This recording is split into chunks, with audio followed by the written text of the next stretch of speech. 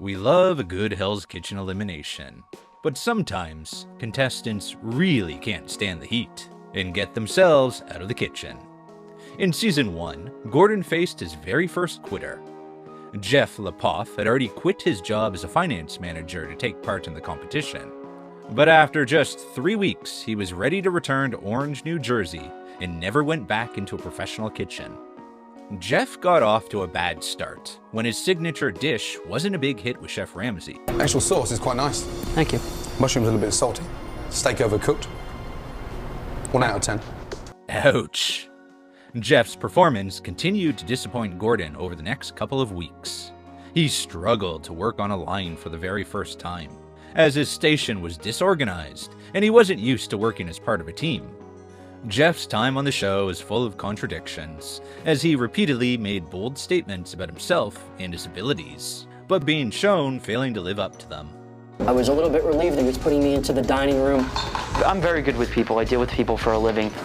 Your performance as a waiter, no one liked you. In fact, 2 out of 3 of tables walked out early. So it was probably a sign of things to come that Jeff announced that he definitely would not be quitting mid-service, because he went on to do just that. 2 hours into a terrible evening, Jeff was failing to produce any lamb at all from his station, and Chef Ramsay pointed out that his performance was getting worse, not better. When Jeff muttered profanities about Gordon under his breath, he was called out by sous chef Marianne and asked to repeat them to Ramsay's face. You don't like me, I don't know what to tell you. You're an asshole. That's not cool, Jeff. Unbelievable. Jeff left the kitchen and wasn't seen again, even for an exit interview or at the finale. Producers claim that Jeff's exit was because of an injury, which was apparently the result of a shoving match with Gordon in the parking lot. He didn't win a restaurant, but reportedly sued the production company for $124,000 before returning to the insurance industry. In Season 4, college student Vanessa Gunnell started strong. The Montana State University senior may not have had any professional training, but she had worked as a line cook for 16 years. When she was chosen for the show, the 32-year-old was holding down a part-time job as a line chef at a popular local brew pub to pay her way through school. Vanessa admitted in interviews that she had never been comfortable receiving attention and had refused to apply for the show when her boyfriend first suggested it. But after he persuaded her to attend a group audition, she was quickly selected to take part. Her first big test was the signature dish, and it's safe to say her halibut passed with flying colors. That was delicious. Thank you. The best dish by a mile so far. Over the next couple of weeks, Vanessa received praise for her solid culinary skills and her strength as a team player. She appeared to become more comfortable with the spotlight, but some felt that her newfound confidence in the kitchen began to tip over into arrogance, leading to arguments with other contestants. Her performance in the kitchen also became less consistent, and Gordon singled her out after a particularly tough evening. We've gone backwards! And you're just all over the place! She was nominated, but saved from elimination when Chef Ramsay offered her one last chance. The next week, during family dinner service, disaster struck. The red team was sending out dishes at speed when Shayna set fire to her station. Vanessa tried to move a sauté pan away from the flames. Somebody come and get some ice. Holy shit! Boiling oil had splashed onto her skin, and when the burn cream applied by a medic wasn't helping with the pain, she was transferred to an SUV for a trip to the emergency room. She returned from the hospital unable to move her hand due to a second-degree burn, but seemed determined to carry on. The next day, during prep for dinner service, Vanessa was struggling to use her bandaged hand and asked to speak to Chef Ramsay. She explained her frustration, and he gave her the choice to stay or go home. If I can't be here 100%, Chef, I don't want to be here. What a shame. Vanessa was allowed to say goodbye to her teammates before leaving by the front door. She was obviously proud of her time on the show, as she went on to get a large, multicolored Hell's Kitchen tattoo on her right arm. She returned to the restaurant she had previously worked at, but then shows a significant career change. She is now a public official in Tennessee, working as a coroner investigating unexplained deaths in the area. A similar medical situation caused G to quit Season 5. As the Red Team prepared for service in Week 2, Private Chef G slipped in some oil or water on the kitchen floor and twisted her ankle. Despite not falling over, G was hurt badly enough to be sent to the medic. I'm in pain. My ankle feels like shit. G was determined to take part in service and explained the situation to Chef Ramsay, who allowed her to support her teammates by manning the garnish station. Immediately after service, she went back to the medic for more treatment and was given a wheelchair to remove pressure and reduce swelling on her ankle. The women were impressed with her attitude and perseverance, and so was Chef Ramsay. Courageous effort on one foot, and clearly in a lot of pain. Thank you, Chef. More importantly, you didn't give up. That night at the elimination ceremony, G wasn't nominated, as Lacey and Colleen stepped forward to hear Gordon's final decision about their future. G spoke up in front of her shocked colleagues. It's an honor to work with you in your kitchen, Chef, but I'd like to volunteer. Describing herself as half manpower because of her injured foot, G asked to be removed from the competition instead of one of her teammates. Chef Ramsay honored her request and told her to keep hold of her jacket as a symbol of her courage and achievement. G received a standing ovation as she was wheeled out of the dining room. I'd rather be leaving because of lack of skill or something, you know? Maybe it was just not meant to be. In Season 6, Joseph Tinnelly quit after an argument with Gordon when he refused to share the Blue Team's nominees, despite Gordon asking repeatedly for the first name. Listen, I know you may be slightly stupid. First nominee and why? Joseph didn't like Gordon's tone and decided to escalate the situation by threatening the celebrity chef. You wanna talk some shit? Let's go step outside, motherfucker. You wanna talk about fucking fighting? Oh, wow. Unsurprisingly, Gordon didn't accept Joseph's offer of settling their differences with a fight in the parking lot, and instead told him to leave without his jacket. Joseph was the first male contestant to quit at the elimination ceremony, and it's safe to say that Gordon didn't seem worried about the loss of talent from the team. In Season 7, farmer Andrew Forster only made it to Week 2 before he decided the grass was greener outside of Hell's Kitchen. Despite never having watched the show and not scoring a point for his signature dish, Andrew was supremely confident in his own abilities and announced that he wasn't intimidated by Chef Ramsay.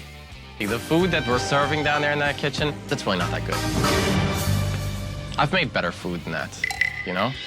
When Andrew sent runny mashed potato up to the pass, Gordon wasn't happy.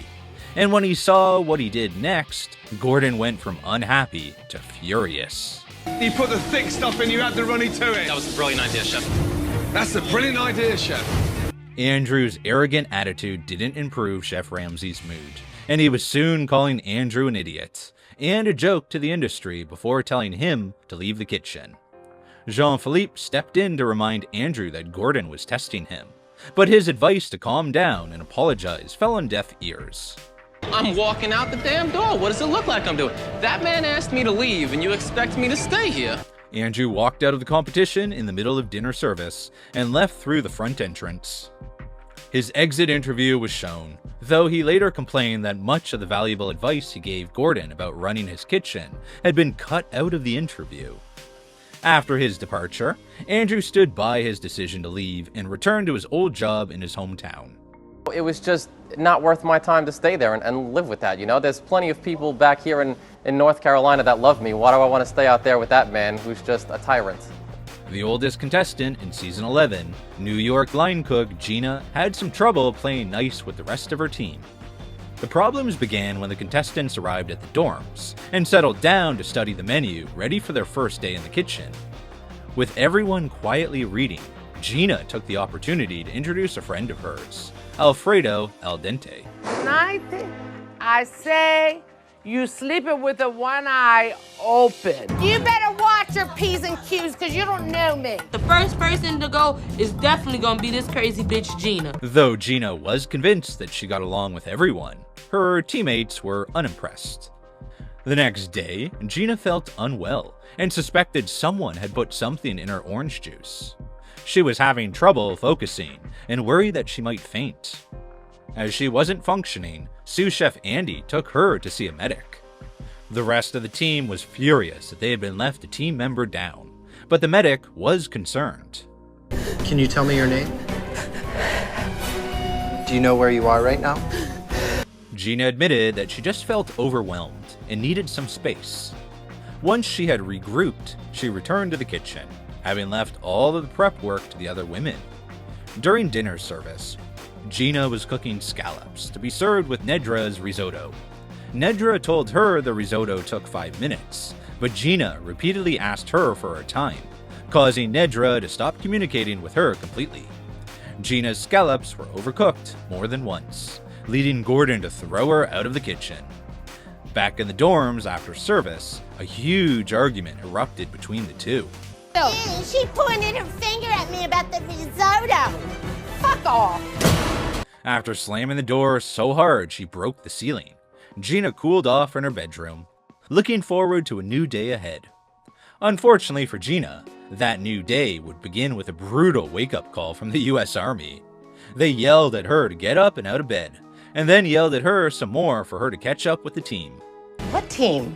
These little bitches haven't treated me as a team member. As the chefs lined up to begin the morning's challenge, Gina told Chef Ramsay that she would be leaving as she had some personal issues. Gordon allowed her to pack her stuff and didn't comment on her departure.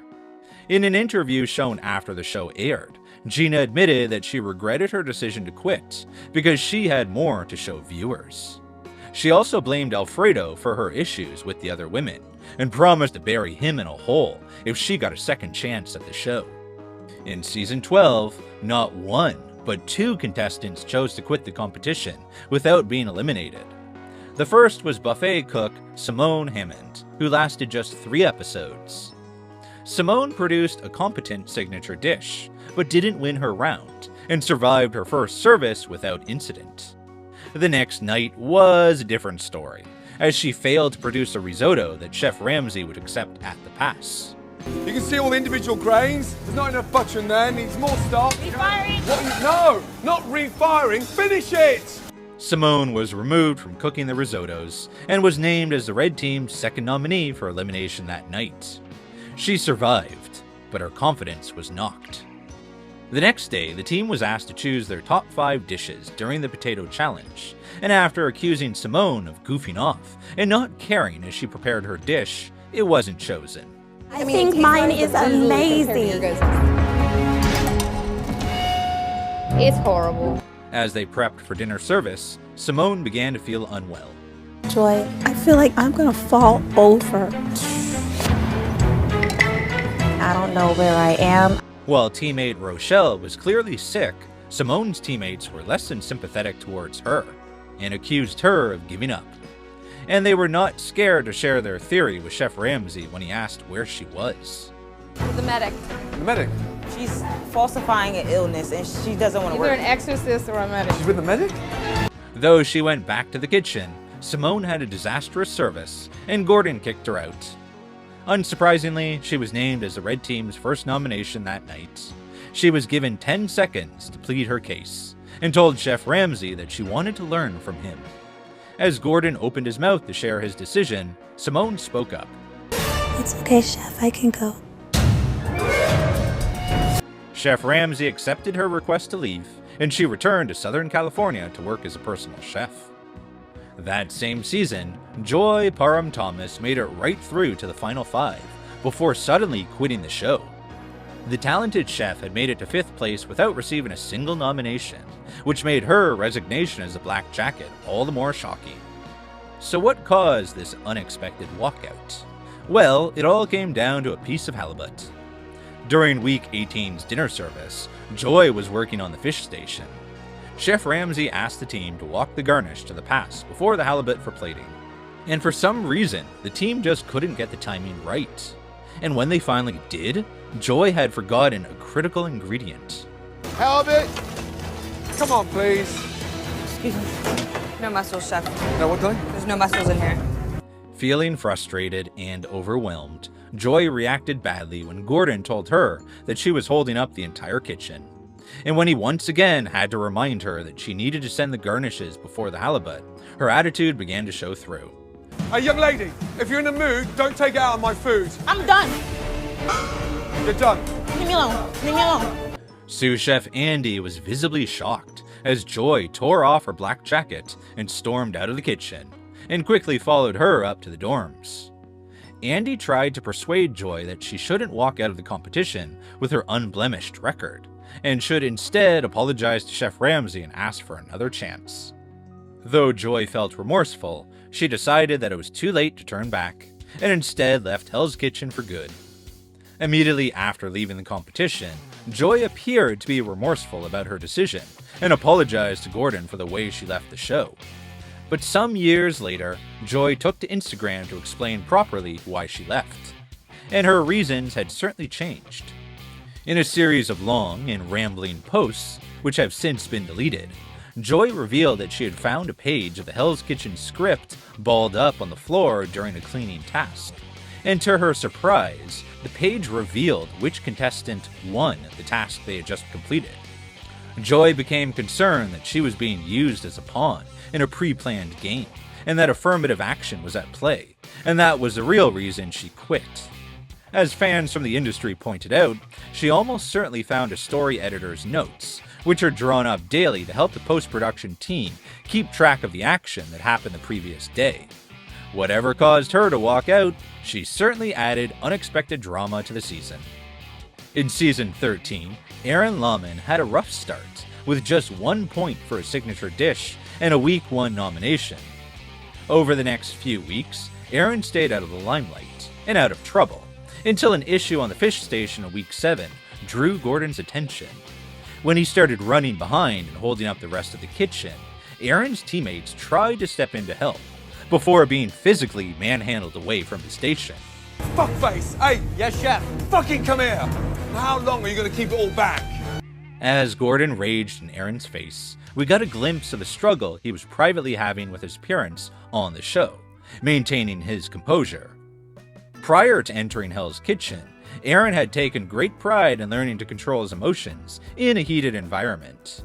He admitted to berating people, throwing things, and making people cry on a regular basis as a younger chef, and had taken positive steps to put those behaviors behind him. As the weeks passed on the show, he found himself slipping back into his old patterns. What does love taste like? You tasting it now. Guess what? Love's not a fucking ingredient, asshole.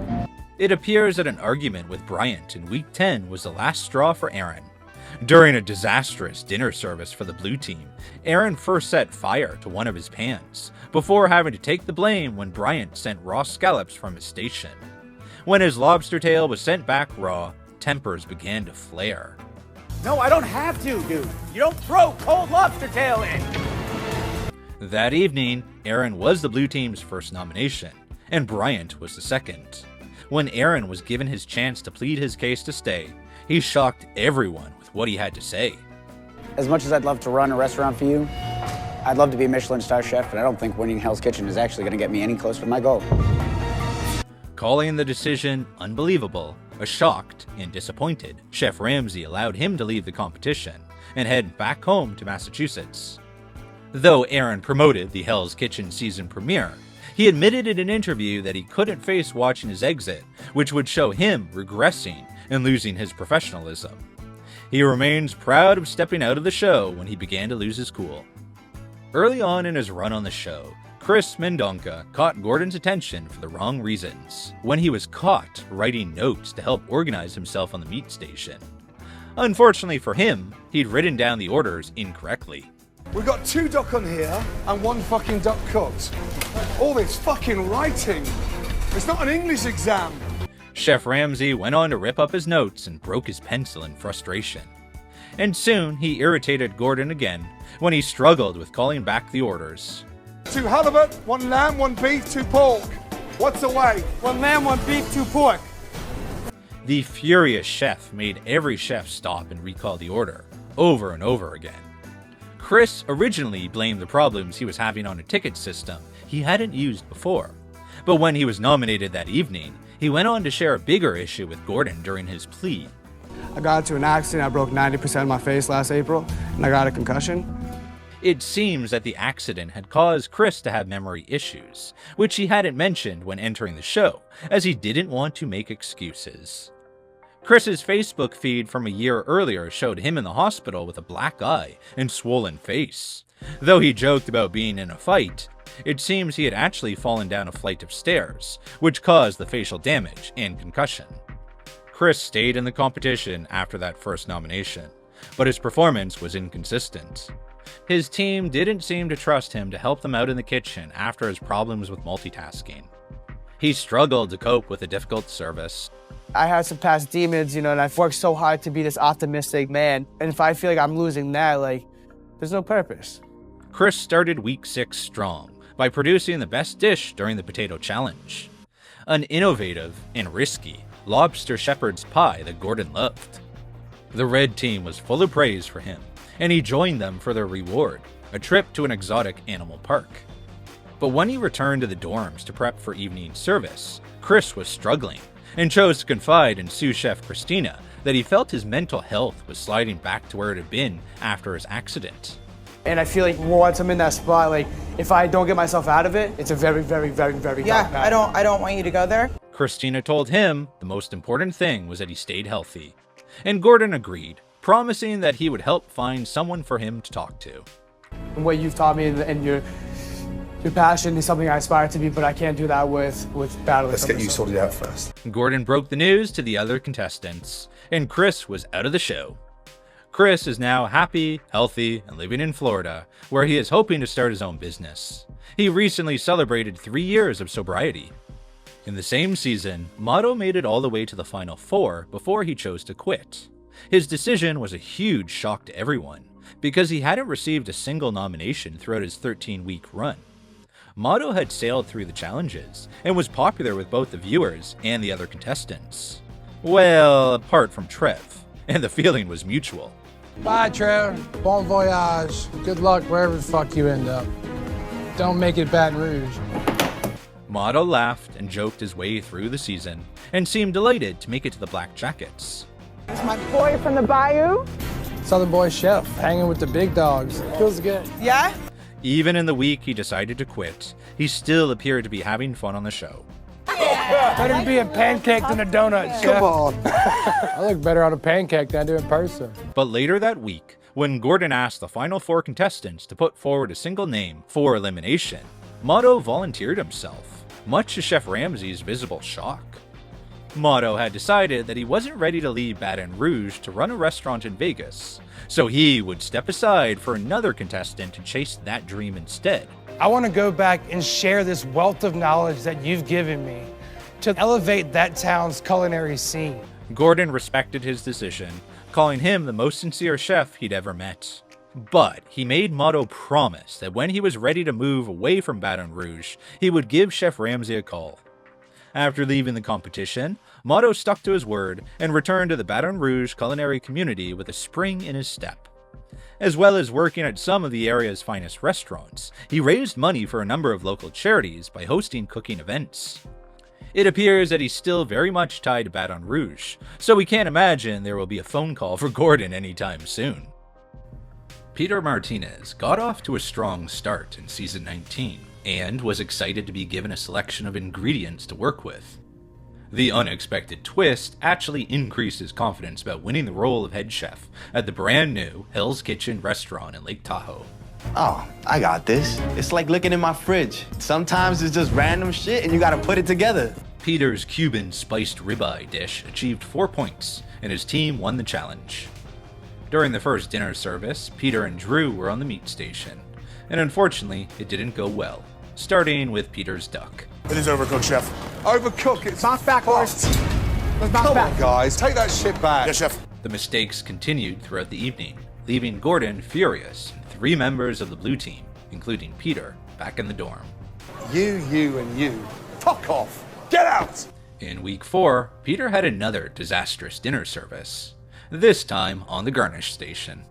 First, Cody had to step in to explain how to cook the tomatoes. And then, Chef Ramsay had to walk him through fixing his garnish, which was too salty. I look like shit in front of like one of the best chefs in the entire world. It sucks. When he walked up his mashed potatoes late and then had no idea what he should be cooking next, Gordon called the blue team together and told them to raise their game. Have you got the qualities to become a head chef at Lake Tahoe? Yes, chef. No, chef, I don't. You haven't? I don't. Take your jacket off and fuck off. In a surprise, Peter shocked everyone by saying he was not ready for the head chef's job, effectively bowing out of the competition. According to him, the stress he was feeling just wasn't worth the toll it was taking. He tearfully chose to return home to his family instead of competing for the Hell's Kitchen crown. No amount of money is worth that stress. I just need to get back home. I miss my family. Season 22's Brad Delgado took part in the competition just 6 weeks after having back surgery, but was convinced he'd be able to keep up with the other chefs. He didn't make a great first impression with his high-pitched singing while prepping for his signature dish, which irritated his fellow contestants. This is so stressful, but I'm gonna sing about it. The first few weeks were a little rocky, but it was week 4 when it all started to go wrong.